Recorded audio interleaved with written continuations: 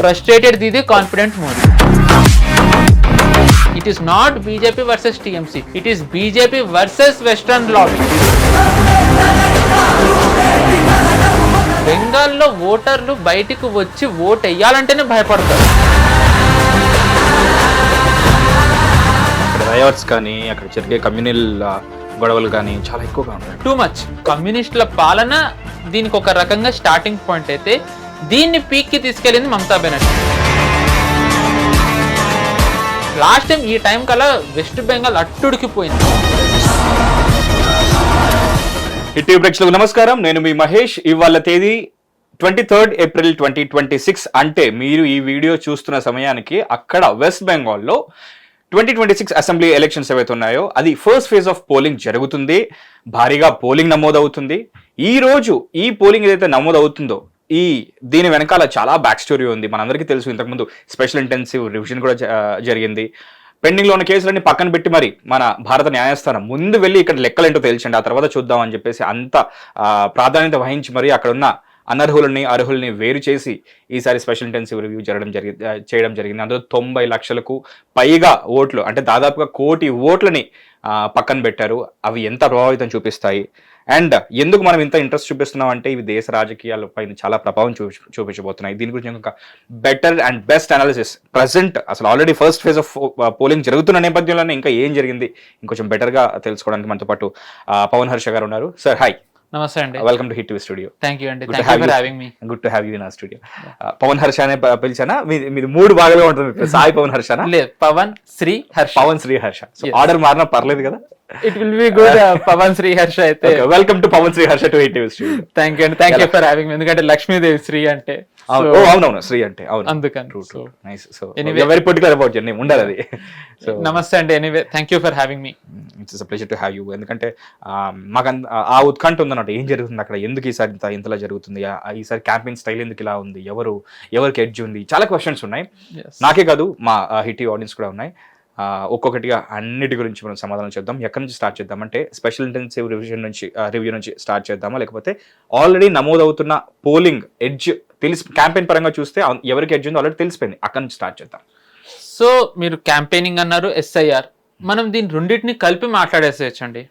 ఎందుకంటే SIR అనేది జరుగుతుంది అని చెప్పి కేంద్ర ప్రభుత్వం ప్రకటించినప్పటి నుంచే మమతా బెనర్జీకి ఒక రకంగా చెప్పాలంటే ఆవిడ కోర్టుకి వెళ్ళడం, దాని గురించి రకరకాలుగా మాట్లాడడం, యాజ్ ఇఫ్ మొత్తం దేశంలో కేవలం వెస్ట్ బెంగాల్లోనే నిజంగా SIR జరుగుతోందా అనే సందేహం వచ్చేలా ఆవిడ ప్రవర్తించారు.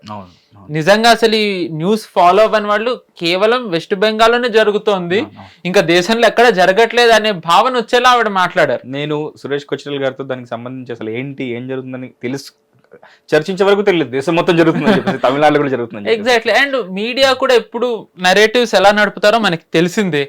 సో దానివల్ల ఏం జరిగిందంటే మమతా బెనర్జీ ఫ్రస్ట్రేషన్ ఓ రకంగా నరేటివ్ మొత్తాన్ని మార్చింది. అంటే ఎన్నికల క్యాంపెయినింగ్ మొదలవ్వక ముందరే మమతా బెనర్జీ SIR గురించి మాట్లాడుతూ ఉండడంతో ఈసారి ఫలితాలు ఏదో తేడా జరగబోతున్నాయనే సందేశం వచ్చేసింది. తన కంచుకోటకి బీటలు వారే అవకాశం ఉందని అవకాశం ఉంది అంతే. ఎవరు ఎంతగా చెప్పిన, ఇంక్లూడింగ్ మోదీ గారు అన్నా మమతా బెనర్జీ గారు అన్నా, నిర్ణయం అనేది దైవాధీనం. అది ఫస్ట్ వచ్చేంత వరకు వాళ్ళకి తెలుస్తుంది. కానీ ఎవరు చెప్పినా సరే గాల్లో చెప్పినట్టే. బట్ విశ్లేషించి ఎవరికి ఎడ్జ్ ఉంది, దానికి కారణాలు ఏంటనేది మాత్రమే మనం చెప్పగలం. మీరు దైవాధీనం అంటున్నాను, ఓటర్ల ఆధీనం అంటున్నాను నేను. అందులో 9 లక్షలు పోయారు కాబట్టి ఇప్పుడు నిజంగా ఓటర్ల ఆధీనమే. Yes, true. అయితే కమింగ్ మీరు అన్నట్టు ఎగ్జాక్ట్లీ ఓటర్లదే నిజంగా ఉంటుంది. కానీ వాళ్ళు వెస్ట్ బెంగాల్ చాలా డిఫరెంట్ సినారియో. బెంగాల్లో ఓటర్లు బయటకు వచ్చి ఓటు వేయాలంటేనే భయపడతారు. ఇది చాలా మంది ఏదో చాలా ఓవర్ గా చెప్తున్నాను అనుకుంటారేమో, కానీ ఇది వాస్తవం. అక్కడ రయాట్స్ కానీ అక్కడ జరిగే కమ్యూనల్ గొడవలు కానీ చాలా ఎక్కువగా ఉంటాయి. Too much. దీనికి మమతా బెనర్జీనే నిజానికి కారణం కాదు. మమతా బెనర్జీ కంటే ముందు 35 ఏళ్ళు కమ్యూనిస్టుల పాలన దీనికి ఒక రకంగా స్టార్టింగ్ పాయింట్ అయితే దీన్ని పీక్కి తీసుకెళ్ళింది మమతా బెనర్జీ. సింపుల్ ఎగ్జాంపుల్, దానికి ప్రూఫ్ ఏంటంటే కాంగ్రెస్ అప్పటి వరకు పాలిస్తూ వస్తే వాళ్ళని ఓడించి కాంగ్రెస్ అస్తిత్వం లేకుండా చేసింది సిపిఎం. అయితే సిపిఎం కాంగ్రెస్ అస్తిత్వమే లేకుండా చేసింది మమతా బెనర్జీ. అంటే ఆవిడ వైలెన్స్ ఎంత పీక్కి తీసుకెళ్ళకపోతే ఈ రోజు వాళ్ళ అస్తిత్వమే ఆ రాష్ట్రంలో లేకుండా ఉంటుంది. జస్ట్ ట్రేసెస్ మిగిలి ఉన్నాయి అంతే. అంతే ఈ రోజు క్యాంపెయినింగ్ జరుగుతుంది అంతే, వాళ్ళు ఉన్నారు అంతే, యాజ్ ఇఫ్ మా ప్రెసెన్స్ ఉంది. కాంగ్రెస్ అయితే అది కూడా లేదు దురదృష్టవశాత్తు. సో అలా ఉన్న Mamata Banerjee all of a sudden ఈసారి ఒక ఫ్రస్ట్రేషన్ లో ఉన్నారు. ఈ campaigning 2026 election campaigning BJP versus TMC ఎలా ఉంది అంటే సింపుల్ 2 words, ఫ్రస్ట్రేటెడ్ దీది, కాన్ఫిడెంట్ మోదీ. నేను ప్రతి ఛానల్లో నేను ఇదే అంటున్నా. మా తమిళ కూడా దొరికేసింది.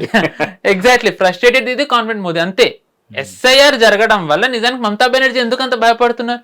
అధికారంలో ఉన్నారు కాబట్టి చేశారని అన్నట్టయితే నిజానికి అధికారంలో ఉన్న ఎన్డీఏ ప్రభుత్వం బీహార్లో అధికారంలో ఉంది, అక్కడ కూడా ఓట్లు తీశారు, కానీ బీజేపీ ఏమన్నా గోల చేసిందా? తమిళనాడులో ఎస్ఐఆర్ జరిగింది, అక్కడ చాలా లక్షల్లో అక్కడ కూడా పోయింది. డిఎంకే పార్టీ ఎంత యాంటీ బీజేపీ అందరికీ తెలిసిందే, కానీ డిఎంకే కూడా నిజానికి ఏమనలేదు. కేరళలో ఎస్ఐఆర్ జరిగింది, కమ్యూనిస్టులు ఏమనలేదు. మమతా బెనర్జీ నరేటివ్ ని బస్ట్ చేయాలి అంటే సింపుల్ ఉదాహరణ, ఏదైతే ఓట్లు తీసేశారు అని అంటున్నారో పర్సంటేజ్ పరంగా తీసుకున్నట్టయితే వెస్ట్ బెంగాల్ 5వ స్థానంలో ఉంటుంది. ఫస్ట్ స్థానం నిజానికి అందరూ ఆశ్చర్యపోతారు చెప్తే అండమాన్ అండ్ నికోబార్. అండమాన్ అండ్ నికోబార్ 22% అటు ఇటుగా. తరువాత వస్తుంది ఉత్తరప్రదేశ్ 18% అటు ఇటుగా 2 కోట్లు. Third Tamil Nadu, 4th Gujarat are vice versa, 5th west Bengal. దాని తర్వాత పోయిన వాళ్ళది పోయినా సరే ఓటర్ లిస్ట్ లో ఉన్నది, లేకపోతే షిఫ్ట్ అయ్యారు కానీ మార్చుకోలేదు, డబల్ చోట్ల ఉన్నాయి. ఇలాగ రకరకాల ఉన్న వాటిలలో కూడా ఎందులోనూ వెస్ట్ బెంగాల్ మొదటి స్థానంలో లేదు. ఉదాహరణకి పోయిన వాళ్ళది 2వ స్థానంలో ఓటర్ లిస్ట్ లో, నెట్ డిలీషన్ నేను చెప్తుంది, లేకపోతే షిఫ్ట్ అయినా తీసుకొని దాంట్లో 3వ స్థానం 4వ స్థానం ఇలా ఉంది. మా వెస్ట్ బెంగాల్ ఎందులోనూ ఫస్ట్ ప్లేస్ లో లేదు. అంటే ఫస్ట్ ప్లేస్ లో ఉన్న వాళ్ళకి ఎక్కడ ఆవేదన లేదు, ఎక్కడో 2వ స్థానం 3వ స్థానం 5వ స్థానంలో ఉన్న మమతా బెనర్జీకి ఇంత ఆవేదన ఉంది అంటే ఇంతకాలం కూడా వీళ్ళ పేర్లు చెప్పుకుని మమతా బెనర్జీ గెలుస్తూ వచ్చింది. అగైన్ ఈ మమతా బెనర్జీ మొదలుపెట్టిన కల్చర్ కాదు ఇది, కమ్యూనిస్టులు ఇదే బేసిస్ మీద వాళ్ళు గెలుస్తూ వచ్చారు. కానీ మమతా బెనర్జీ దీన్ని పీక్ కి తీసుకెళ్లిపోయారు. అంటే పోయిన వాళ్ళది కూడా రిగ్గింగ్ చేసి వేసేయడం, ఒక చోట నుంచి ఆల్మోస్ట్ బూత్ క్యాప్చరింగ్, ఇవన్నీ కూడా జరుగుతూ రావడంతో టీఎంసీది ఒక రకంగా చెప్పాలంటే అది డిక్టేటర్షిప్. ఏదైతే వీళ్ళు మోదీ గారిది డిక్టేటోరియల్ మైండ్ సెట్ అని అంటారో అది నిజంగా టీఎంసీకి వర్తిస్తుంది. సో అలా 2026 వరకు పాలిస్తూ వచ్చారు ఆవిడ. కానీ ఎస్ఐఆర్ జరగడంతో ఆవిడకి ఎక్కడో ఒక భయం మొదలైంది. అంటే ఇప్పుడు అండ్ మీరే అన్నారు ఇందాక 91 lakhs సుమారుగా అయిందని. సో ఆవిడకి ఆ భయం ఉంది. 91 lakh ఓట్లు పోవడం అంటే ఒక రకంగా ఆవిడకి ఒక టెన్షన్ మొదలైంది. దాదాపుగా 1 కోటి ఓట్లు అంటే మామూలు విషయం కాదు. ఎగ్జాక్ట్లీ. అండ్ ఇదే టైంలో మోదీ గారు చాలా కాన్ఫిడెంట్ గా ఎన్నికల బరిలోకి దిగారు. మీ కింద చెప్పినట్టుగా కాన్ఫిడెంట్ మోదీ. ఇప్పుడు క్యాంపెయినింగ్ ఇప్పుడు అవునన్నా కాదన్నా మోదీ వర్సెస్ మమతా బెనర్జీ కింద చూస్తారు అందరూ అక్కడ, ఎందుకంటే కరెంట్లీ ముఖ్యమంత్రి అభ్యర్థి లేకపోవడం వల్ల. సో మోదీ గారు ఫేస్, మమతా బెనర్జీ గారు ముఖ్యమంత్రి గారు. మోదీ గారు ఏమో చాలా క్యాజువల్ గా తిరుగుతున్నారు, జనాలతో కలుస్తున్నారు, ఒక షాప్ దగ్గర ఆగి జాల్మురి తింటున్నారు, అతనికి ఒక నోట్ ఇచ్చారు. మమతా బెనర్జీ దగ్గరికి జనాలు వస్తుంటే భయపడిపోయి సెక్యూరిటీ వాళ్ళని తోసేస్తున్నారు. ఆవిడ సభల్లో జనాలు స్పందించట్లేదని జనాలను తిడుతున్నారు, జనాలు లేచి వెళ్ళిపోతున్నారు. అంటే నెరేటివ్ ఎలా టర్న్ అయిపోయిందో చూడండి ఇక్కడ. సో ఇంత జరిగినా మళ్ళీ మమతా బెనర్జీ రాదు, ఖచ్చితంగా బీజేపీనే వస్తుందంటే బీజేపీ హ్యాస్ ఎడ్జ్. ఇవన్నీ థియేట్రిక్స్ అనొచ్చు, ఆర్ గ్రౌండ్ పల్స్ తెలుసుకోవచ్చు అని అనొచ్చు. కానీ వీటన్నిటికంటే ముఖ్యమైనది ఏంటి, మీరు ఇందాక అన్నట్టుగా ఓటర్లు, ఓటింగ్ సరళి, దాని తర్వాత ప్రీవియస్ ఎలక్షన్ లో ఏం జరిగింది, దాని బేసిస్ మీద ఇక్కడ ఏం మారింది.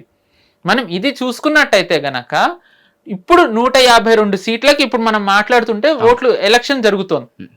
ఈ 152 సీట్లలో మనం 2021 తీసుకున్నట్టయితే బీజేపీ 77 సీట్స్ ఓవరాల్ గా గెలిస్తే టీఎంసీ ఐ థింక్ 215 సీట్స్ అలా గెలిచింది.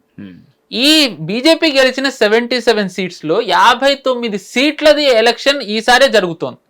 అంటే సుమారు 75% 2021 ఎన్నికల్లో బీజేపీ గెలిచిన దాని సీట్లది ఓటింగ్ ఫస్ట్ ఫేజ్ లో జరిగిపోతుంది. మమతా బెనర్జీది 92 సీట్స్, టీఎంసీది ఇప్పుడు జరుగుతోంది.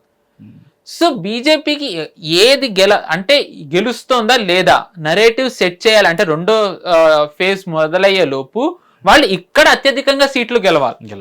సో కేవలం 59 సీట్లు గెలిస్తే సరిపోదు, దాన్ని డబల్ చేయాలి. సుమారు 90 నుంచి 110 సీట్లు వస్తే దీని ప్రభావం రెండో ఫేజ్ లో పడుతుంది. సో 59 సీట్స్ తర్వాత వీళ్ళు దాని నెంబర్ ఎలా పెంచుకుంటారు, ఇది అందరికీ ఉన్న సందేహం. సో ఈ సందేహానికి మనం అర్థమెటిక్ వేలో మనం ఆన్సర్ ఇస్తే ఎలా ఉంటుందంటే 59 సీట్స్ తర్వాత ఇంకా ఎన్ని ఉన్నాయి, 93 సీట్స్ ఉన్నాయి. ఈ 93 సీట్స్ లో మనం 2021 ఎలక్షన్ లో చూసుకున్నట్టయితే గనక బీజేపీ 20 to 30 సీట్స్ ఓడిపోయిన సీట్లలో కేవలం 5,000 మెజారిటీతో ఓడిపోయిన సీట్లు ఉన్నాయి, సుమారు 20 నుంచి 30 సీట్లు. అండ్ 2024 లోక్సభ ఎలక్షన్ లో అసెంబ్లీ సెగ్మెంట్ల వారీగా మనం చూసుకుంటే సుమారు 10 నుంచి 20 సీట్లు 3,000 మెజారిటీతో ఓడిపోయిన ఉన్నాయి. అంటే మైనర్ ఓట్ డిఫరెన్స్. ఈసారి ఎస్ఐఆర్ జరిగింది, క్యాండిడేట్ల సెలక్షన్ బాగుంది, యాంటీ ఇన్కంబెన్సీ ఉంది, క్యాంపెయినింగ్ సరళి చాలా భిన్నంగా ఉంది. అండ్ అక్కడ రెజ్యూమే అక్కడ ఉన్న పాలన మారాలని చెప్పేసి కూడా ప్రజల్లో కూడా కొంచెం చైతన్యం వచ్చింది. సో ఇవన్నీ గనక చూసుకున్నట్టయితే బీజేపీకి సుమారు ఎక్స్ట్రా 50 సీట్లు ఫేజ్ 1 లో వచ్చే అవకాశాలు ఉన్నాయి. అంటే సుమారు 100 నుంచి 110 సీట్లు బీజేపీ ఇక్కడే గెలుచుకునే అవకాశం ఉంది. సో ఆ వెస్ట్ బెంగాల్ లోకల్ ప్రజలకు తెలుస్తుంది ఏ పార్టీకి ఫస్ట్ ఫేజ్ లో సీట్లు రాబోతున్నాయి. ఒకవేళ ఈ 100 నుంచి 110 సీట్లలో బీజేపీ వస్తుందన్న అంచనా వచ్చినట్టయితే దీని ప్రభావం రెండో ఫేజ్ లో జరిగే ఎక్కడెక్కడైతే అసెంబ్లీ కాన్స్టిట్యున్సీస్ ఉంటాయో అక్కడ ప్రజల మీద పడుతుంది. సో వాళ్ళకి ధైర్యం వస్తుంది, ఈసారి మనం బయటికి రావచ్చు, ఓట్లు వేయచ్చు, ఓటు వేసినా వచ్చేది వేరే ప్రభుత్వం కాబట్టి మనం సురక్షితంగా ఉంటాం అంటే భయపడి టీఎంసీ కోటేస్తున్న వాళ్ళది సరళి మారుతుంది. పోలింగ్ శాతం నమోదవడం, మాక్సిమం నమోదవడం చాలా ఇంపార్టెంట్. ఎగ్జాక్ట్లీ.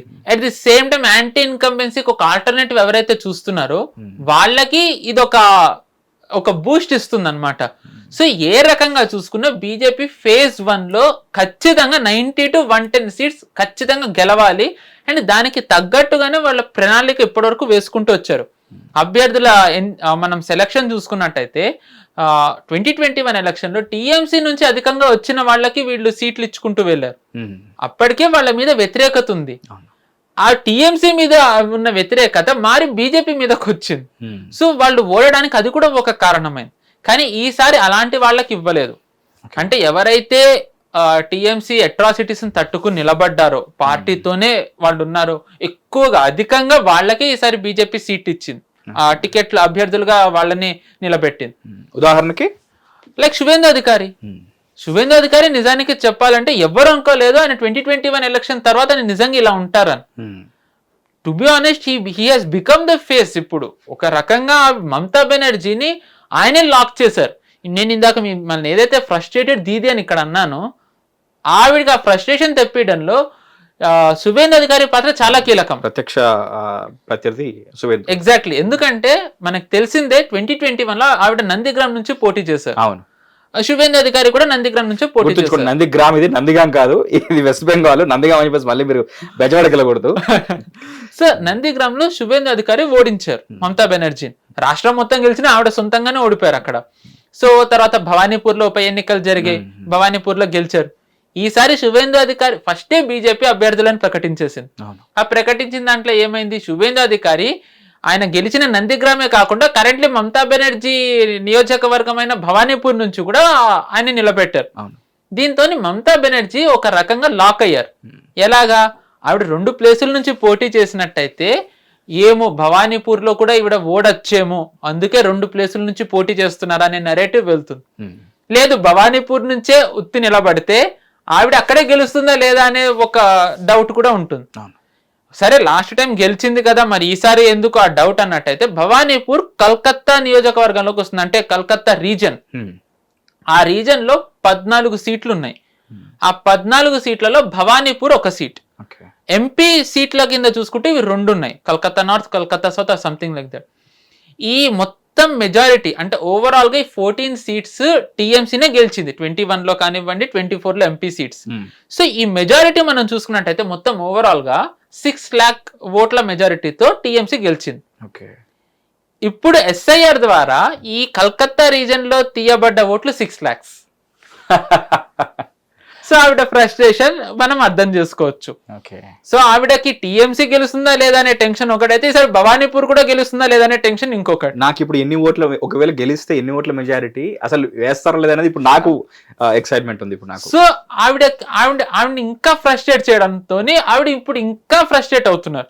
అండ్ దానికి తగ్గట్టుగా వాళ్ళని 2021, 2026 డిఫరెన్స్ ఏంటంటే 2021లో బీజేపీ నేతలది లూజ్ స్టాక్ ఉంది, కానీ 2026కి వచ్చేసరికి టీఎంసీ నేతలది లూజ్ స్టాక్ ఉంది అనడం కాదు. కానీ ఇప్పుడు భవానీపూర్లో మీకు మమతా బెనర్జీ పోటీ చేస్తున్న భవానీపూర్లో కేవలం బెంగాలీలే కాకుండా గుజరాతీలు కానివ్వండి, రాజస్థానీలు, ఇలా వీళ్ళ ఈ రాష్ట్రాల నుంచి వచ్చి స్థిరపడ్డ వాళ్ళు కూడా ఉంటారు.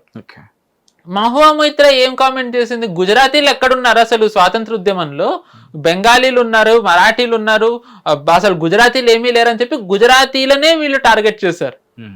దాంతో అక్కడ లోకల్ మున్సిపల్ లీడర్లు ఎవరైతే టీఎంసీ వాళ్ళు ఉంటారో గుజరాతీ ఇళ్ళకి వెళ్ళి వాళ్ళు క్షమాపణ చెప్పారు. వీడియోలు ఉన్నాయి. మహువా మొయిత్రా అన్నదానికి లేదు, మీరు పర్సనల్ గా తీసుకోకండి, ఎలక్షన్ దే కానీ మిమ్మల్ని అన్నది కాదని చెప్పి, అంటే వాళ్ళకి తెలిసింది. ఎందుకంటే వాళ్ళ ఉనికినే ప్రశ్నార్థకంగా మారిన సమయంలో మళ్ళీ వెళ్ళి వాళ్ళకే క్షమాపణ చెప్పాల్సి. ఎగ్జాక్ట్లీ. సో అంటే వాళ్ళు బ్యాక్ ఫుట్ లోకి వెళ్ళారు. And at the same time ఈసారి బీజేపీ ఎక్కువగా గవర్నెన్స్ మీద పెట్టింది ఫోకస్. ఆ గవర్నెన్స్ మీద పెట్టడంతో బీజేపీ ఆల్రెడీ మనకు తెలిసిందే సుమారు 15-20 రాష్ట్రాల్లో బీజేపీ ఎన్డీఏ కూటమి అధికారంలో ఉంది. దాంట్లో బీజేపీని అధికారంలో ఉన్న రాష్ట్రం నుంచి 3 ముఖ్యమంత్రులని వీళ్ళు బెంగాల్లో వీళ్ళు క్యాంపెయినింగ్ కి దింపారు. అండ్ ఆ 3 కూడా నెరేటివ్ పరంగానే హెల్ప్ అవుతున్నారు. ఒకళ్ళు Delhi CM Rekha Gupta, Uttar Pradesh CM Assam CM Himanta Biswa Sarma and Uttar Pradesh CM Yogi Adityanath. ఒక్కొక్కళ్ళది ఒక్కొక్క నెరేటివ్. మామూలుగా మమతా బెనర్జీ గారు ఏమంటారు, మహిళా ముఖ్యమంత్రి నేను ఒక్కదాన్ని, ఏ పార్టీను చెయ్యలేదు, నేను మహిళని, నేను మహిళలకు ఎంత బాగా చేస్తున్నానో చూడండి అన్ని ఆవిడ అంటూ వచ్చారు. ఈసారి దానికి ఆన్సర్ గా ఢిల్లీలో బీజేపీ ఎవరినైతే రేఖా గుప్తా గారిని సీఎం గా చేశారో ఆవిడ ఈసారి క్యాంపెయినింగ్ చేస్తున్నారు. నువ్వు ఒక్కదానివే మహిళ కాదు, నేను మహిళనే, నువ్వు ఏం డెవలప్ చేయలేదు, నేను వచ్చిన ఏడాదిలో ఎంత డెవలప్ చేస్తున్నానో ఢిల్లీ మోడల్ చూపిస్తున్నారు. ఇది వరకు అంతా ఢిల్లీలో చాలా చోట్ల స్లమ్ ఏరియాస్ ఉంటాయి, ఆవిడ స్లమ్ ఏరియాస్ ని క్లీన్ చేశారు. ఢిల్లీ మన దేశ రాజధాని, అది నీట్ ఉంటే గనక అది మనకే మంచిది, లేకపోతే ఫారినర్స్ వీడియోలు తీసి దాన్ని ఎలాగ నెగిటివ్ ప్రొపగండా చేస్తారో మనం చూస్తూనే ఉన్నాం. ఆవిడ ఎలక్ట్రిక్ పోల్స్ లో జిగ్జాగ్ ఉన్నవి వెస్టర్న్ కంట్రీస్ ఎలా అయితే ఒక లైన్ ప్రకారం ఉంటాయో ఆవిడ అలా కూడా చేశారు చాలా ఏరియాస్ లో. అండ్ ఆవిడ సబ్సిడైజ్డ్ మీల్స్ స్కీమ్ కూడా తెచ్చారు. సో మహువా మొయిత్రా మమతా బెనర్జీ ఫ్రీబీస్ కి ఆల్టర్నేటివ్ రేఖా గుప్తా గారు తెచ్చింది ప్రచారం చేస్తున్నారు, మహిళా ముఖ్యమంత్రి అనేది ఆవిడ ప్రచారం చేస్తున్నారు. సో ఒక వయబుల్ ఆల్టర్నేటివ్ బీజేపీ తీసుకొచ్చింది అనేది మహిళ ద్వారా, గవర్నెన్స్ ద్వారా అండ్ పథకాల ద్వారా ఒక మహిళది కూడా బీజేపీ ఒక రాష్ట్రంలో నడుపుతున్నారు అనే ఒక సందేశం రేఖా గుప్తా గారి ద్వారా ఇచ్చారు. కమింగ్ టు యోగి ఆదిత్యనాథ్, ఇప్పుడు వెస్ట్ బెంగాల్ ఎలాంటి పరిస్థితిలో ఉందో ఆర్థికంగా ఒకప్పుడు ఉత్తరప్రదేశ్ కూడా అలాగే ఉంది 2017 ముందర వరకు. మనం సినిమాల్లో కూడా చూస్తాం, రౌడీలు కావాలంటే బీహార్ నుంచి యూపీ నుంచి వస్తారు అని. ఇప్పటికే యూపీని ఇంకా ఒక బీమారు రాజ్యం అని కూడా అంటారు, అంటే ఎక్కువగా రోగాలన్నీ ఉన్నాయి అవన్నీ ఇవన్నీ అని అంటూ ఉండేవారు. అండ్ యోగి ఆదిత్యనాథ్ గారు వచ్చిన తర్వాత ఏం చేశారు, ఫస్ట్ యూపీ డెవలప్ అవ్వాలి అనేది ఆయన నిర్ణయించుకున్నారు. డెవలప్ అవ్వాలి అంటే ఏం చేయాలి, first law and order set చేయాలి. లా అండ్ ఆర్డర్ సెట్ అవ్వడం ద్వారా ఏమవుతుంది, అక్కడికి ఇండస్ట్రీస్ వస్తాయి, ఇండస్ట్రీస్ వస్తే ఏమవుతుంది, పెట్టుబడులు వస్తాయి, ఉద్యోగాలు వస్తాయి. ఎగ్జాక్ట్లీ, ఉపాధి వస్తుంది. ఉపాధి అంటే ఉద్యోగాలు వస్తాయి. అంటే ఎవరైతే యూపీ వదిలి వెళ్తున్నారో వాళ్ళు వెళ్లాల్సిన అవసరం లేదు, ఇక్కడే ఉంటారు. అండ్ ఈ లా అండ్ ఆర్డర్ స్ట్రెంత్ అయితే ఏమవుతుంది, మహిళలు కూడా సురక్షితంగా ఫీల్ అవుతారు. దీని ద్వారా ఓవరాల్ యూపీ ఎకానమీ డెవలప్ అవుతుంది. సో యోగి ఆదిత్యనాథ్ గారిని దింపడం ద్వారా సింపుల్ వెస్ట్ బెంగాల్లో కూడా మేము యూపీ మోడల్ ఇంప్లిమెంట్ చేయగలమని చెప్పి వాళ్ళు ఒక మెసేజ్ ఇచ్చారు. UP west Bengal law and order మనకు తెలిసిందే ఎంత దారుణమైన పరిస్థితిలో ఉందో, మహిళలు ఎలాంటి అట్రాసిటీస్ గురవుతున్నారో ఇర్రెస్పెక్టివ్ ఆఫ్ ద పార్టీ మనం చూసాం. ఆర్జికర్ విక్టిమ్ కూడా ఇప్పుడు బీజేపీ ఒక ఎమ్మెల్యే క్యాండిడేట్ గా నిలబెట్టారు. ఇండస్ట్రీస్ ఎలా వెళ్ళిపోతున్నాయో చూసాం. సో ఒక వయబుల్ ఆల్టర్నేటివ్ ఉత్తరప్రదేశ్ మోడల్ ఉంది అని కూడా యోగి ఆదిత్యనాథ్ గారి ద్వారా బీజేపీ చూపిస్తుంది. అండ్ ఆయన హిందుత్వ మోడల్ అందరికీ తెలిసిందే, అది చెప్పకరాదు, ఒక additional benefit. But Mamata Banerjee ఏమంటున్నారంటే అంటే అసలు వెస్ట్ బెంగాల్ అనేది సపరేట్ ఇండియాలోనే భాగం అనుకుంటారు కానీ సపరేట్ దేశం ఇటువైపు, ఎందుకంటే ఆ మోడల్ ఇక్కడ పనికిరాదు, ఎందుకంటే ఇక్కడ ఉన్న వాళ్ళు అధికంగా ముస్లింలు, సో మీ పద్ధతులు ఇక్కడ పనికిరావు అన్నట్టుగా కూడా ఆమె విమర్శించారు. సో దాని ద్వారా ఆవిడ హిందువులను అయితే పోలరైజ్ చేస్తున్నారు, అవును. ఆవిడ హిందువులను పోలరైజ్ చేస్తున్నారు. హియర్ కమ్స్ హిమంత బిశ్వ శర్మ, మీరు అన్న దాన్ని బట్టి అస్సాంకి ఆయన ముఖ్యమంత్రి మనకు తెలిసిందే. అస్సాంలో సుమారు 33% ముస్లిం పాపులేషన్ ఉంటే 126 సీట్లలో ఇది వరకు డీలిమిటేషన్ 2026 ఎలక్షన్స్ ముందు జరిగింది, దానికి ముందు 2021 ఎలక్షన్ టైంలో సుమారు 30 సీట్లలో వాళ్ళదే నిర్ణయాత్మక పాత్ర. Muslims in the sense Bangladeshi Muslims. అప్పుడు హిమంత బిశ్వ శర్మ గారు ఏమన్నారంటే మేము కేవలం 90-95 సీట్లకే పోటీ చేస్తాం, మిగిలిన 30 సీట్లలో మాకు ఎలాగో ఓట్లు పడమన్నారు. దాన్ని ఆయన ముఖ్యమంత్రి అయ్యాక డీలిమిటేషన్ చేయడం ద్వారా ఆయన ఇప్పుడు 103 సీట్లే అని అంటున్నారు. సో అంటే మీరు అన్నదాన్ని బట్టి ఈ ముస్లిం వీటోని ఆయన బ్రేక్ చేశారు. సో ఇక్కడ కూడా మేము బ్రేక్ చేయొచ్చు అనే ఒక ఆల్టర్నేటివ్ హిమంత బిశ్వ శర్మ గారి ద్వారా చూపిస్తున్నారు. అండ్ బంగ్లాదేశీ ముస్లింలని అక్కడ ఆయన ఎలా ఐడెంటిఫై చేస్తున్నారు, ఎలా డిపోర్ట్ చేస్తున్నారో మనం చూసాం. సో మేము వస్తే గనక మేము ఐడెంటిఫై చేస్తాం, డిపోర్ట్ చేస్తాం, అండ్ ముస్లిం వీటోని మేము బ్రేక్ చేస్తాం. అది ఆల్రెడీ మేము చేసాం. UP and Assam are best examples అని. అంటే ఒక్కొక్క స్టేట్ నుంచి ఒక్కొక్క గవర్నెన్స్ మోడల్ని వీళ్ళు ఎగ్జాంపుల్గా జనాల్లోకి తీసుకెళ్తున్నారు. సో ఒక ముఖ్యమంత్రి వచ్చారంటే కేవలం బల ప్రదర్శనే కాదు, అక్కడ గవర్నెన్స్ మోడల్ ఎగ్జాంపుల్ కిందన వీళ్ళు చూపిస్తూ వస్తున్నారు. సో అందుకే మహువా మొయిత్రా పర్సనల్ గా యోగి ఆదిత్యనాథ్ గారిని టార్గెట్ చేయడం చూస్తున్నాం. సో ఆవిడ టార్గెట్ చేశారంటే ఎక్కడో ఆయనది క్యాంపెయినింగ్ మోడల్ క్లిక్ అయ్యిందనే అర్థం. So that is the reason why BJP ఈ సీఎంలను దింపడానికి కారణం ఏంటంటే అది. And at the end of the day సీఎంలో వాళ్ళు క్యాంపెయినింగ్ మాత్రమే చేస్తారు, కానీ నరేటివ్ రన్ చేయాలంటే అక్కడ లీడర్స్ ఉండాలి. Here comes BJP election incharge and state incharge. బీజేపీకి ఎన్నికల ముందర ఒక కేంద్రం నుంచి సెంట్రల్ పార్టీ నుంచి ఒక లీడర్ ఇన్ఛార్జ్ని పంపిస్తారు. అట్ ది సేమ్ టైం ఒక స్టేట్కి త్రూ అవుట్ 5 years ఇన్ఛార్జ్ ఉంటారు. అలా ఇన్ఛార్జ్గా ఉన్న ఆయన పేరు సునీల్ బన్సల్. ఆయన బేసికల్గా అమిత్ షాకి చాలా ట్రస్టీ అని అంటారు. అంటే అమిత్ షా వర్గంలో ఆయన చాలా నమ్మకస్తులు. అంటే ఒక స్టేట్ గెలవాలి అంటే ఒకళ్ళని ఇన్ఛార్జ్గా పెట్టాలంటే ఎవరు అంటే సునీల్ బన్సల్ గారు అని అంటారు. 2017లో ఉత్తరప్రదేశ్కి గెలిపించింది ఆయనే బిహైండ్ ద సీన్స్.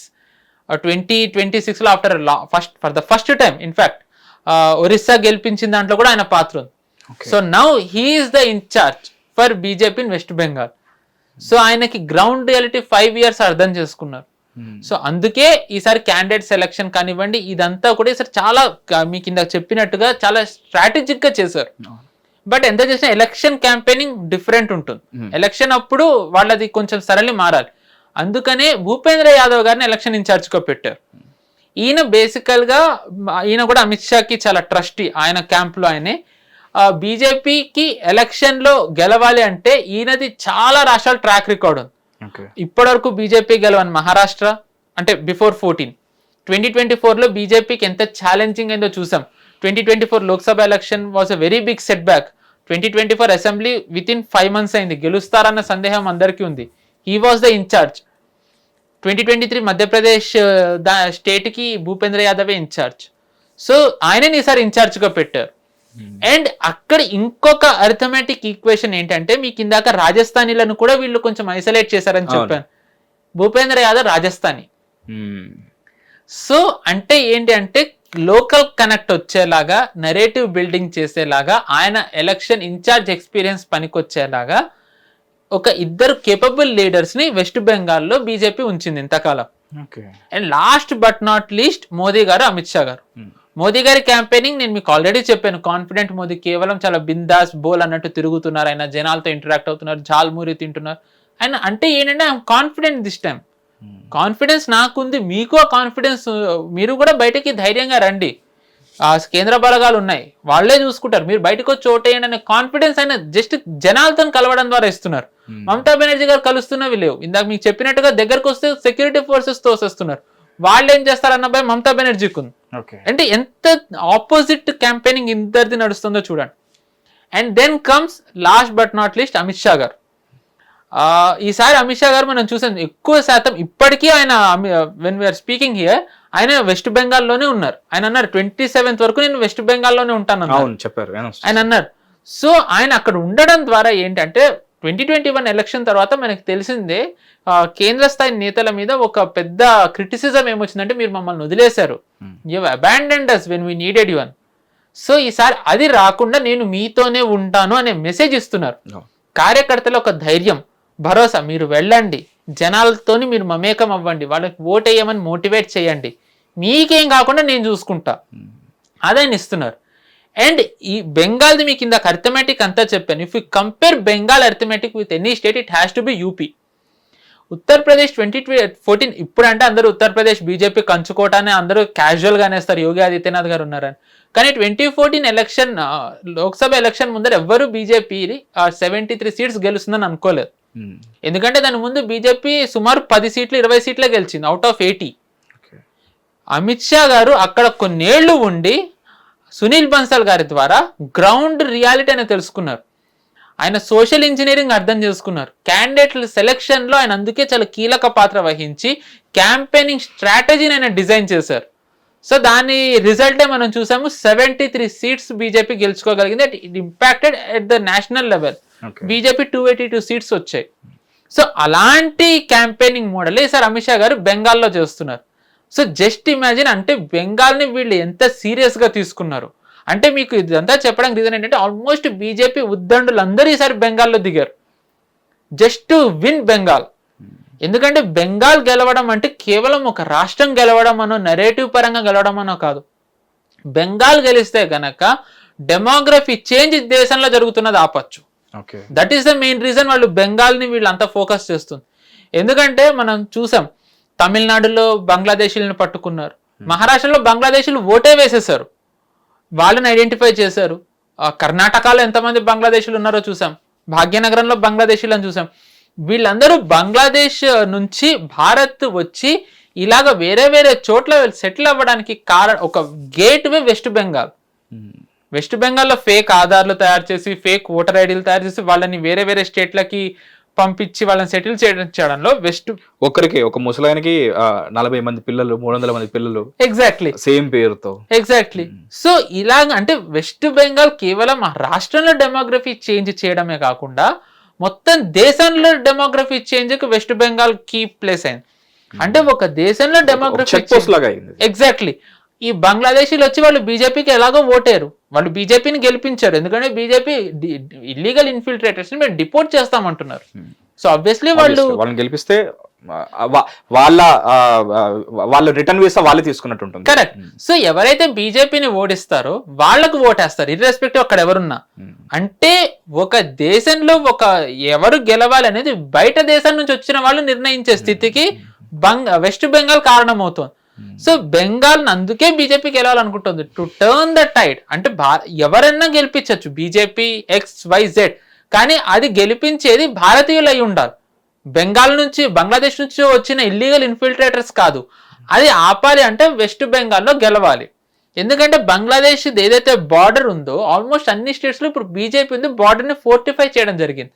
త్రిపుర కానివ్వండి, లేకపోతే గనక అస్సాం కానివ్వండి, 7 sister states. సో అక్కడ అంతా కూడా బీజేపీ ఫోర్టిఫై చేయగలిగింది. అమిత్ షా గారు ఆయన క్యాంపెయినింగ్ స్టార్టింగ్ అన్నది అదే, మాకు బంగ్లాదేశ్ బార్డర్ ను సహకరించని ఒకే ఒక్క రాష్ట్రం వెస్ట్ బెంగాల్. సో అంటే ఆయన అక్కడే నెరేటివ్ సెట్ చేస్తున్నారు.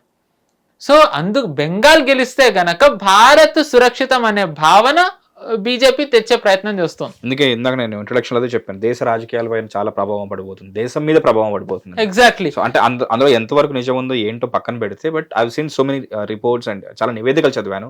సో ఆబ్వియస్లీ నిప్పు లేకుండా పొగరాదు అన్నట్టు ఎంతో కొంత అంతలో నిజం ఉంటుంది 100%. సో అందుకే ఈ బెంగాల్ ఎన్నికలని బీజేపీ ఎంత సీరియస్ గా తీసుకుందో లేదో తెలియదు, కానీ పశ్చిమ దేశాల్లో చాలా మంది సీరియస్ గా తీసుకున్నారు.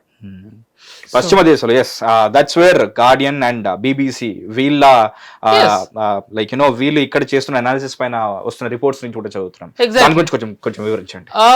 ఈ BBC కానివ్వండి, గార్డియన్ కానివ్వండి, వీళ్ళు రిపోర్ట్స్ రాస్తున్నారు, ఆర్టికల్స్. మీకేంటారు అంత ఇంట్రెస్ట్ అన్నట్టుగా? ఎగ్జాక్ట్లీ. సో మీరు అనేసరి నేను అంటాను, నేను యాంకర్ని కాబట్టి మీ మనసులో నేను చెప్పాలి. No comments. So exactly. But వాళ్ళకి ఏంటంత ఇంట్రెస్ట్? ఒక రాష్ట్రంలో కదా ఎన్నికలు జరుగుతున్నాయి, పోనీ ఇది జాతీయ స్థాయి ఎన్నికలు కాదు, వాళ్ళకి ఎందుకు అంత ఇంట్రెస్ట్? అంటే మీరు డెమోగ్రఫీ చేంజ్ అనేది ఇది మళ్ళీ అవునన్నా ఎగ్జాక్ట్లీ. సో వెస్ట్ బెంగాల్లో జరుగుతున్న ఎన్నికలది గార్డియన్ BBC ఎందుకు రాసింది అనేది తెలియాలి అంటే మనం again we have to go back to Bihar elections. Bihar elections కంటే ముందు 2011 కి కూడా వెళ్ళాలి, but I get back to 2011. మనం బీహార్ ఎలక్షన్స్ మాట్లాడుకుంటే బీహార్ ఎలక్షన్స్ లో SIR జరుగుతున్నప్పుడు Soros backed organisations lawyers supreme కోర్టులో వేశారు SIR జరగకూడదు అని. ADR సంస్థ అప్పుడు ఏ గవర్నమెంట్ ఉండేది? బీజేపీ. మొన్న లాస్ట్ ఇయర్ SIR జరగకూడదు అని చెప్పి 2011 లో అంటున్నారా మీరు? 11th నేను మళ్ళీ చెప్తాను. 2025 లో SIR ప్రకటించినప్పుడు అది జరగకూడదు అని చెప్పి ADR అనే సంస్థ అండ్ ప్రశాంత్ భూషణ్ అనే లాయర్ వీళ్ళందరూ వాదించారు. ADR కి ఓపెన్ సొసైటీ ఫౌండేషన్ నుంచి నిధులు వస్తాయి. Open society foundation is backed by Soros.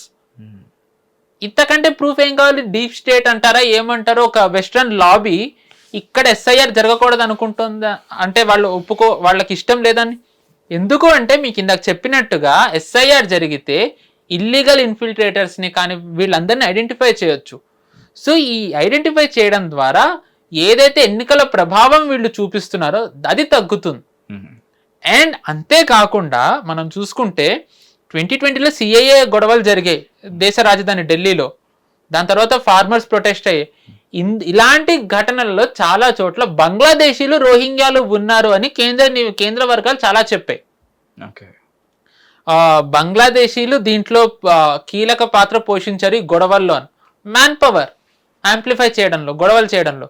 So అంటే వీళ్ళు ఎన్నికలనే నిర్ధారించడం కాదు, వీళ్ళు గొడవలు అలజడి సృష్టించి ఒక అన్రెస్ట్ క్రియేట్ చేసి ఆ స్టేట్ ఎకానమీని దెబ్బతీసి ఆ గవర్నమెంట్కి చెడ్డ పేరు తెచ్చి దాని ద్వారా సెంటర్కి చెడ్డ పేరు వచ్చి సెంట్రల్ GDPని ఎకానమీని దెబ్బతీయాలనే కుట్రలో బంగ్లాదేశీలు రోహింగ్యాలు కీలక పాత్ర పోషిస్తున్నారు. అండ్ వీళ్ళని ఐడెంటిఫై చేసి డిపోర్ట్ చేస్తాము అంటే సోరోస్కి బాధగా ఉంది. So now you can understand why BBC and Guardian articles రాశాయి అనడానికి. అండ్ BBC గార్డియన్ ఆర్టికల్స్ ఎలా రాశాయి అంటే సేమ్ మమతా బెనర్జీ మాట్లాడుతున్నట్టే ఉంటుంది, మీకు పెద్ద డిఫరెన్స్ ఉండదు. కేవలం వెస్ట్ బెంగాల్లోనే SIR జరిగింది, అందులోనూ కేవలం ముస్లిమ్స్ ని మాత్రమే ఐడెంటిఫై చేసి వాళ్ళకి ఓటు హక్కుని తీసేశారు. దాని సినాప్సిస్ అండ్ జస్ట్ చదివింది ఏంటంటే ఇన్ఫాక్ట్ ఇదంతా ఈసారి SIR చేయడానికి కారణం కూడా ఇన్ఫాక్ట్ అంటే ఒక బుల్లెట్ కి 10 పిట్టలు అన్నట్టుగా మెయిన్ టార్గెట్ వచ్చేసి వెస్ట్ బెంగాల్. దానివల్ల మిగతావి ఏవైతే ఎఫెక్ట్ అవుతాయో దేని బెనిఫిట్ వచ్చిందంటే దాన్ని మేము కవర్ చేస్తాము, బట్ మా ఎంటైర్ ఫోకస్ మాత్రం బెంగాల్ అన్నట్టుగానే రాశారు. ఎగ్జాక్ట్లీ, అందులోనూ మళ్ళీ ఓన్లీ ముస్లిమ్స్ అని. అంటే బీజేపీ ఎక్కడ అనలేదు, కేంద్రం ఎక్కడ అనలేదు ముస్లిమ్స్ మేము టార్గెట్ చేస్తామని. ముస్లిమ్స్ టార్గెట్ చేస్తే ఇక్కడ ఉన్న దేశంలో చాలా పార్టీలు ఫస్ట్ ఒప్పుకో, ఆబ్వియస్లీ కాన్స్టిట్యూషన్ కూడా ఒప్పుకోదు. వీళ్ళు అంటుంది ఏంటి ఇల్లీగల్ ఇన్ఫిల్ట్రేటర్స్ అంటే వీళ్ళే ఒప్పుకుంటున్నారు ముస్లిమ్స్ ఇల్లీగల్ ఇన్ఫిల్ట్రేటర్స్ అని. సో అంటే అంతర్జాతీయంగా కేంద్ర ప్రభుత్వాన్ని చెడ్డగా చేయడానికి ఎలాంటి కుట్ర పన్నుతున్నారో మీరు ఒక్కసారి అర్థం చేసుకోండి. అండ్ ఒకవేళ గనక ఆల్రెడీ బీజేపీ గనక ఒకవేళ వెస్ట్ బెంగాల్లో గెలిస్తే ఆటోక్రటిక్ మూమెంట్ లో గెలిచారు. అంటే ఇప్పుడు మామూలుగా పుతిన్ గెలిస్తే గనక వీళ్ళు అంటారు ఎలక్టోరల్ ఆటోక్రసీ. అంటే ఏంటి అంటే వీళ్ళు భయపెట్టి బేసికల్ గా TMC ఏదైతే చేస్తుందో అదే పుతిన్ చేస్తాడని చెప్పి వీళ్ళు అంటారు. లైక్ నార్త్ కొరియాలో కూడా జరిగేటట్టు. నార్త్ కొరియాలో ఎన్నికలే జరగవు, నార్త్ కొరియాలో వేరే పార్టీనే లేదు, వన్ పార్టీ అక్కడ. అప్పటికి 6 ఓట్లు తగ్గాయి కదండి. కరెక్టే, బట్ స్టిల్ వాళ్ళు ఉన్నారో లేదో మనకి తెలియదు ఇంకా. అంటే వీళ్ళు డెమోక్రసీ, ఆటోక్రసీ, ఎలక్టోరల్ ఆటోక్రసీ ఈ వెస్టర్న్ మీడియా ఆర్ ఈ ఎకోసిస్టమ్ కొన్ని వర్డ్స్ ఇస్తుంది. దాంట్లో వీళ్ళు రష్యన్ ఎలక్టోరల్ ఆటోక్రసీ అంటారు. అంటే వీళ్ళు రష్యాని ఎలా ప్రొజెక్ట్ చేస్తారంటే రష్యాలో డెమోక్రసీ లేదు అని. వీళ్ళు భారత్ని ఇప్పుడు అలాగే చూపించే ప్రయత్నం చేస్తున్నారు. ఆల్రెడీ భారత్ని ఎలక్టోరల్ ఆటోక్రసీ అంటారు, ఎందుకంటే ప్రతి స్టేట్ లోనూ బీజేపీ గెలుస్తుందని పని చేస్తుంది కాబట్టి బీజేపీ గెలుస్తుంది.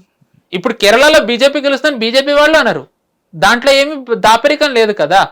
అస్సాంలో బీజేపీ వస్తుందని అమిత్ షా గారు చాలా కుండ బద్దలు కొట్టి 90 సీట్స్ అని అన్నారు. అమిత్ షా గారు ఎక్కడన్నా కేరళలో గెలుస్తామని అన్నారా? మేము ఇన్ఫ్లుయెన్షియల్ పొజిషన్లోకి వస్తామన్నారు. కానీ వీళ్ళు ఎలా క్రియేట్ చేస్తారంటే బీజేపీ రిగ్గింగ్ చేస్తోంది, డెమోక్రసీ లేదు అనే నెరేటివ్ అంతర్జాతీయంగా తీసుకెళ్లడానికి వీళ్ళు ఒక నెరేటివ్ సెట్ చేస్తున్నారు. దాని ద్వారా ఏంటంటే భారత్ దృక్పథం జనాల్లోనే కాకుండా విదేశీ వ్యాపారవేత్తల మీద కూడా పడేలా ఓకే. పెట్టుబడులు ఆగడానికి, భారత్ది at the end of the day దాని మీద నెగిటివ్ దుష్ప్రభావం పడడానికి, జీడిపి గ్రోత్ అవ్వకుండా. సో ఇన్ని జరుగుతున్నాయి కేవలం బెంగాల్ని బేస్ చేసుకుని. అండ్ నేను మీకు ఇందాక 2011కి వెళ్దామని అన్నాను. మన అందరికీ తెలిసిందే వికీలీక్స్, జూలియన్ అసాంజే కొన్ని యుఎస్ టాప్ సీక్రెట్స్ రివీల్ చేశారు. దానివల్ల అతన్ని అరెస్ట్ చేయడం, అతన్ని ఎంత టార్చర్ పెట్టారో మనకు తెలిసిందే. టాప్ సీక్రెట్స్ యుఎస్ రివీల్ అయ్యాయి. ఆ రివీల్ అయిన టాప్ సీక్రెట్లో 2011లో వికీలీక్స్ నుంచి వచ్చింది ఏంటంటే, అప్పటి యుఎస్ ప్రభుత్వం, బరాక్ ఒబామా ప్రభుత్వం వెస్ట్ బెంగాల్లో అధికార మార్పిడి జరిగితే మంచిది అని వాళ్ళు అనుకుంటున్నారు. వాళ్ళు ప్రెడిక్ట్ చేశారు, ప్లాన్ చేశారా లేదో మనం ఇంకా చెప్పలేం. బట్ దానికి కూడా ప్లాన్ చేశారా లేదా అనేది ఒక చిన్న ఉదాహరణ. ఎగ్జాక్ట్ చెప్పను, ప్రేక్షకులు అర్థం చేసుకుంటారు, వాళ్ళకే వదిలేద్దాం. నేను అంత పెద్ద ఆటం లేదు. బట్ 2011లో వాళ్ళు ఏదైతే అన్నారో అధికార మార్పిడి జరగాలని, అప్పుడు ఎలక్షన్స్ జరిగాయి. 34-35 ఏళ్ల వరకు పాలించిన కమ్యూనిస్టులు ఫస్ట్ టైం ఓడారు. అప్పుడే first time Mamata Banerjee CM అయ్యారు. ఏ ఇయర్ అయితే వీళ్ళు అధికార మార్పిడి జరగాలి అన్నారు. అండ్ మమతా బెనర్జీ ముఖ్యమంత్రి అవ్వక ముందర వరకు కూడా బంగ్లాదేశీలను డిపోర్ట్ చేయాలని చెప్పి గట్టిగా వాదించిన నేతలో ఒకరు. పార్లమెంట్ లో పేపర్లు ఇసిరేశారు, మీరు బంగ్లాదేశీలను సపోర్ట్ చేస్తున్నారు ఇక్కడ ఉండడానికి. విచిత్రంగా ముఖ్యమంత్రి అవ్వగానే ఆవిడ బంగ్లాదేశీలనే సపోర్ట్ చేస్తున్నారు. ఆమె వాదన ఏంటి? ఎందుకంటే వీళ్ళు కూడా మన వాళ్ళు, వీళ్ళు కూడా మనుషులా, లేకపోతే వీళ్ళు కూడా ఏమంటారు, వీళ్ళు బెంగాలీలు అంతే, బంగ్లాదేశీలు ఎలా అవుతారని. సో అమిత్ షా గారు ఫేమస్ డైలాగ్, క్రొనాలజీ సమజియే. విత్ దిస్ ఇంకా అర్థమైపోతుంది ఎవరెవరు ఎట్టెట్టు ఉన్నారు, ఎంత మంది కలిసి ఉన్నారు బెంగాల్లో ఒక్క దాంట్లో బీజేపీ రాకుండా ఆపడానికని. సో బెంగాల్ ఎన్నికలు అనేది కేవలం ఒక రాష్ట్రంలో ఒక రాష్ట్రానికి సంబంధించిన ఎన్నికలు, లేకపోతే ఒక రాష్ట్రాన్ని గెలవడానికో బీజేపీ చేయట్లేదు. ఒక రాష్ట్రం గెలవడం ద్వారా దేశంలో డెమోగ్రఫీ చేంజ్ ఆపడానికి, దేశంలో ఎన్నికల సరళి బయట వాళ్ళు మార్చకుండా ఉండడానికి, డీప్ స్టేట్ అంటామో ఏదో వెస్ట్రన్ లాబీని ఛాలెంజ్ చేస్తూ వీళ్ళు ఇప్పుడు వెస్ట్ బెంగాల్లో పోటీ చేస్తున్నారు. It is not BJP versus TMC, it is BJP versus western lobby. నిజానికి తెర వెనక చూసుకుంటే కొన్ని శక్తులు ఇప్పుడు వెస్ట్ బెంగాల్లో పనిచేస్తున్నాయి. వాళ్ళందరినీ తట్టుకుని బీజేపీ ఇప్పుడు పోటీ చేస్తుంది. Not for gain for the party. దాని ద్వారా ఇప్పుడు మీకు ఇందాక చెప్పాను, బెంగాల్లో గెలిస్తే డెమోగ్రఫీ చేంజ్ ఆపచ్చు. డెమోగ్రఫీ చేంజ్ ఆపితే పీస్ వచ్చే అవకాశం ఉంది. ఇప్పుడు ఉన్న దానికంటే గ్రోత్ ఇంకా ఎక్కువ ఉంటుంది. ఎక్కువ పెట్టుబడులు వస్తే దండోదరి మనమే బాగా ఏదైతే 2047 ఒక విజన్ ఏదైతే ఉందో అది ఇంకా ఫుల్ఫిల్ అవుతుంది. మేబీ 2047 లోపే అవ్వచ్చు. సో అందుకని బీజేపీ మొత్తం సాయశక్తిలో ప్రయత్నిస్తే సరే ఎలా అయినా గెలవాలి అని చెప్పి బీజేపీ ప్రయత్నించడానికి కారణం అది. వాళ్ళ లక్ష్యం మమతా బెనర్జీ కాదు. నిజానికి వాళ్ళ లక్ష్యం ఏదైతే డీప్ స్టేట్ అంటారో వాళ్ళ కుట్రల్ని ఇక్కడ భగ్నం చేయడం. సో అగైన్ అది అవుతుందా లేదా తెలియాలంటే ఈ రోజు ఫస్ట్ ఫేజ్ ఎండింగ్ గనక తెలిస్తే అండ్ ఒక చేంజ్ వచ్చే అవకాశం ఉందండి. ఎందుకంటే అవకాశం అని అంటున్నాను నేను, ఎందుకంటే లాస్ట్ టైం ఈ టైం కల్లా వెస్ట్ బెంగాల్ అట్టుడికిపోయింది గొడవలతోని, వైలెన్స్ తోని. కానీ ఈసారి అవన్నీ ఏమీ లేవు, చాలా శాంతిపూర్వకంగా జరుగుతుంది. హోప్ఫుల్లీ పోలింగ్ శాతం కూడా పెరిగి ఉంటుందని నేను అనుకుంటున్నాను. హోప్ఫుల్లీ ఇక్కడ కూడా మమతా బెనర్జీ ఒక రకంగా ఆవిడ ఎలా లాక్ అయ్యారంటే, ఒకవేళ గొడవలు జరిగితే సెంట్రల్ ఫోర్సెస్ యాక్షన్ తీసుకుంటాయి, మమతా బెనర్జీ ఇరుక్కుంటారు. ఒకవేళ గొడవలు జరగకపోతే ఓటర్లు ధైర్యంగా వేచి, అంటే మమతా బెనర్జీ కార్యకర్తలు టీఎంసీ వాళ్ళు ఏమి చేయరనే ధైర్యం వస్తుంది. సో ఏం చేసినా వీడికి లాసే. అండ్ ఈసీ కూడా we have to commend EC for conducting very fair and free and fair elections. చాలా మంది అంటారు ఈసీ బీజేపీ నడిపిస్తోంది అని. ఈసారి ఈసీ కేవలం సెంట్రల్ ఫోర్సెస్ నే డిప్లాయ్ చేసింది. 1971లో ఆర్మీ వచ్చింది కేవలం బెంగాల్ ఎన్నికలు జరిపించడానికి. Can you believe? Army internally ఆర్మీని దింపారు కాంగ్రెస్ వాళ్ళు. ఎందుకంటే సిపిఎం చేసే వైలెన్స్ ని ఆపాలి అంటే కేవలం ఆర్మీని ఆపగలదని నమ్మి. ఆర్కే లక్ష్మణ్ అందరికీ తెలిసి ఉంటుంది, మాల్గుడి డేస్ చాలా ఫేమస్ కార్టూనిస్ట్. ఆయన ఒక కార్టూన్ గీశారు. కొంతమంది నార్మల్ ప్రజలు, ఐ థింక్ కాంగ్రెస్ ఫేమస్ వాళ్ళు చూస్తూ ఉంటారు. దూరంగా ఫైటర్ జెట్లు వెళ్తూ ఉంటాయి, ట్యాంకర్లు వెళ్తూ ఉంటాయి, ఆర్మీ బెటాలియన్స్ కదులుతూ ఉంటాయి. అడుగుతారు, మీరు ఏమైనా యుద్ధానికి వెళ్తున్నారంటే లేదు బెంగాల్ ఎలక్షన్స్ జరిపించడానికి. అంటే సెటైరికల్ కార్టూన్ ఎంత మందిని దింపారో చూడండి. సో ఇప్పుడు కేవలం వీళ్ళు సెంట్రల్ ఆర్మ్డ్ పోలీస్ ఫోర్సెస్నే దింపారు.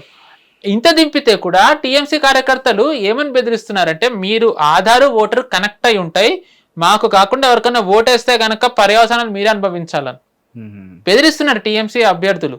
అందుకే ఈసీ ప్రెస్ నోట్ ఆన్లైన్లో అన్ని సర్క్యులేట్ చేస్తుంది. మీ ఓటు మీకు మాత్రమే తెలుస్తుంది, ఎవ్వరికీ తెలియదు, లోపల ఎవ్వరూ ఉండరు, మీ ఓటు గోపనీయంగా ఉంచబడుతుంది, సీసీటీవీ ఫుటేజ్లో అది కనబడదు. అందుకే పోలింగ్ బయటసారి పోలీసులు ఉండట్లేదు, సెంట్రల్ ఆర్మ్డ్ పోలీస్ ఫోర్సెస్ ఉంటున్నాయి.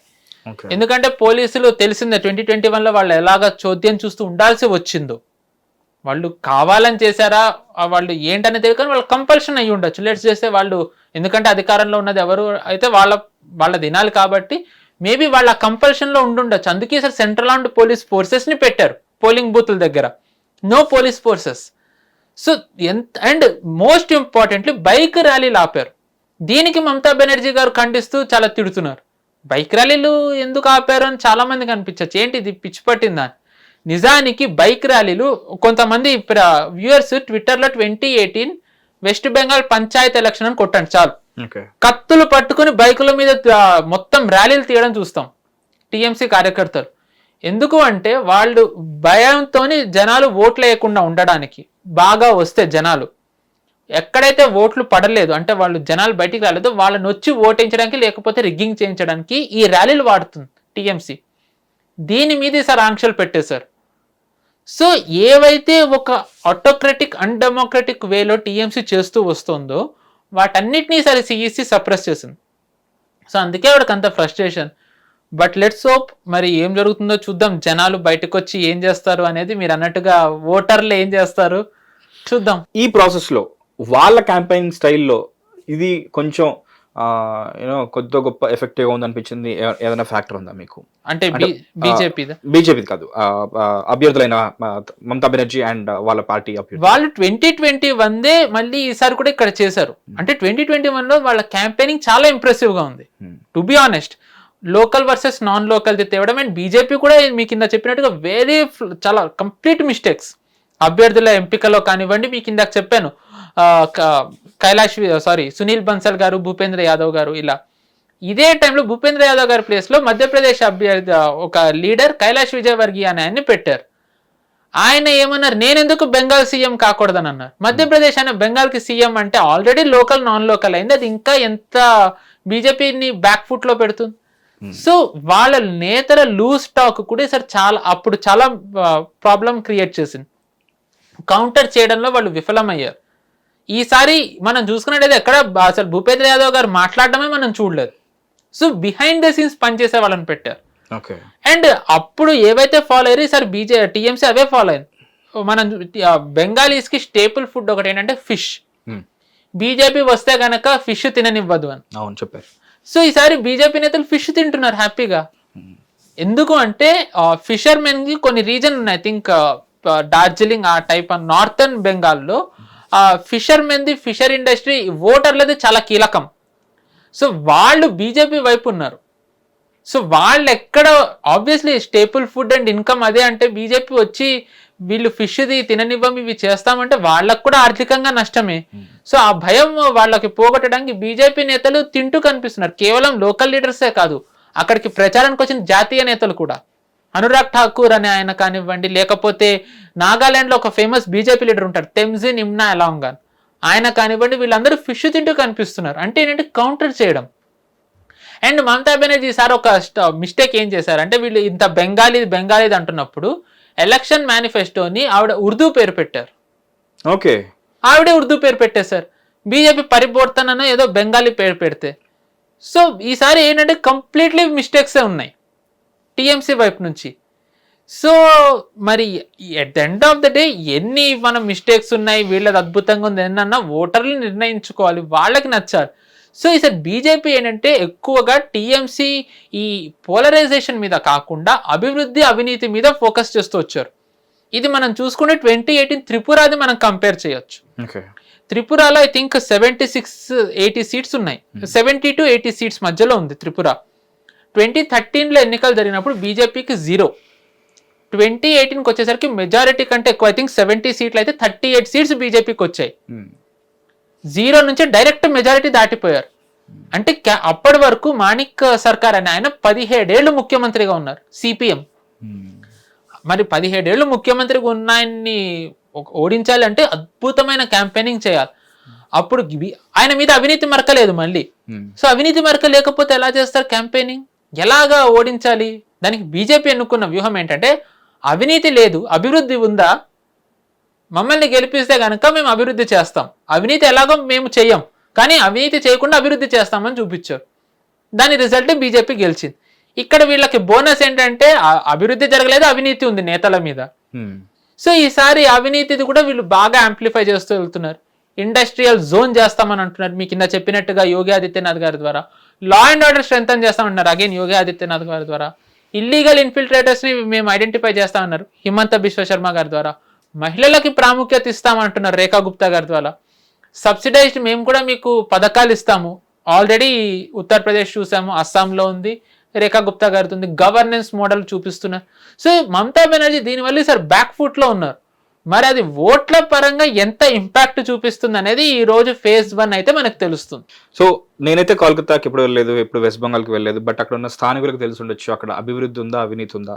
సో అందులో భాగంగానే అండ్ లాంగ్ టర్మ్ లో ఒక క్యాండిడేట్ అక్కడే ఉండి సీఎంగా ఉన్న తర్వాత కూడా ఫర్ సమ్ రీజన్ సైకలాజికల్ గా కూడా వాళ్ళు వెళ్ళిపోతే బాగుండు, కొత్తగా చూద్దాం అని చెప్పేసి, ఎందుకంటే ప్రతి మనిషి కొత్తదనం కోరుకుంటాడు. సో ఆ ప్రాసెస్ లో ఉన్న ఎడ్జ్కి, బీజేపీకి ఉన్న ఎడ్జ్కి అది ప్లస్ అయ్యి మమతా బెనర్జీకి ఈసారి ఛాన్స్ దక్కకుండా ఉండి ఫ్రస్ట్రేటెడ్ అది కాన్ఫిడెంట్ మోదీ అనే దాంట్లో ఎవరు గెలుస్తారు అనేది కాసేపు చూడాలి. అండ్ నాకు ఈ ఫస్ట్ ఫేజ్, సెకండ్ ఫేజ్, రెండు ఫేజెస్ ఆఫ్ ఎలక్షన్స్ ఏవైతే ఉండిపోతున్నాయి, నాకు 10th క్లాస్ మ్యాథ్స్ పేపర్ కనబడుతుంది అనమాట. సో రెండింటిలో కంపల్సరీ ఒక దాంట్లో అంటే ఈ టాపర్స్ ఏం చేస్తారంటే రెండిట్లో మాక్సిమం గెయిన్ చేస్తారు.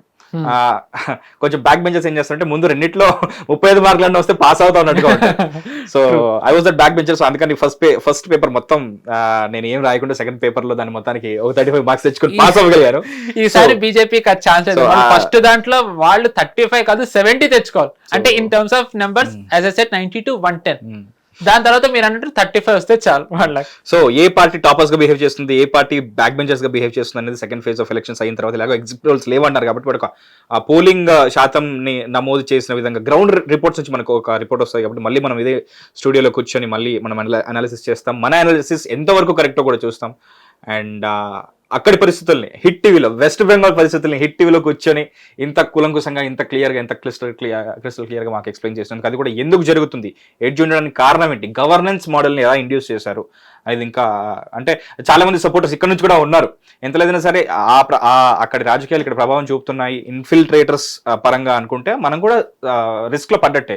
సో మనకు కూడా దానిపైన బాధ్యత ఉంది. సో క్లియర్ గా ఎక్స్ప్లెయిన్ చేసేందుకు థ్యాంక్ యూ సో మచ్ అండి. Thanks for coming to hit TV studio. Stay tuned to hit TV. This is Mahesh. Hit TV app, ఇందులో short news, live news, entertainment shows, movies, digital magazines తో పాటు మీ జిల్లా వార్తలను కూడా ఫ్రీగా చూడొచ్చు. ఇంకెందుకు ఆలస్యం, వెంటనే హిట్ టీవీ యాప్ ని డౌన్లోడ్ చేసుకుని ఫ్రీగా ఎంటర్టైన్మెంట్ పొందండి. Hit TV app. Hit TV app. Please download hit TV app. Hit TV app ని ఫ్రీగా డౌన్లోడ్ చేసుకొని ఎంజాయ్ చేయండి. మీకు నచ్చిన ఎంటర్టైన్మెంట్ కోసం హిట్ టీవీ యాప్ ని ఫ్రీగా డౌన్లోడ్ చేసుకుని ఎంజాయ్ చేయండి. హిట్ టీవీ యాప్ ని డౌన్లోడ్ చేసుకుని ఆస్వాదించండి, ఆశీర్వదించండి. ఇంతమంది సెలబ్రిటీలు హిట్ టీవీ యాప్ ని డౌన్లోడ్ చేసుకోండి అని చెప్తున్నారంటే ఎంత మంచి యాప్ ఆలోచించండి. అమెరికా అమెరికా అమెరికా అమెరికాలో చదవాలనుకునే వాళ్ళకి విశ్వసనీయమైన పేరు మన శౌర్య కన్సల్టెన్సీ.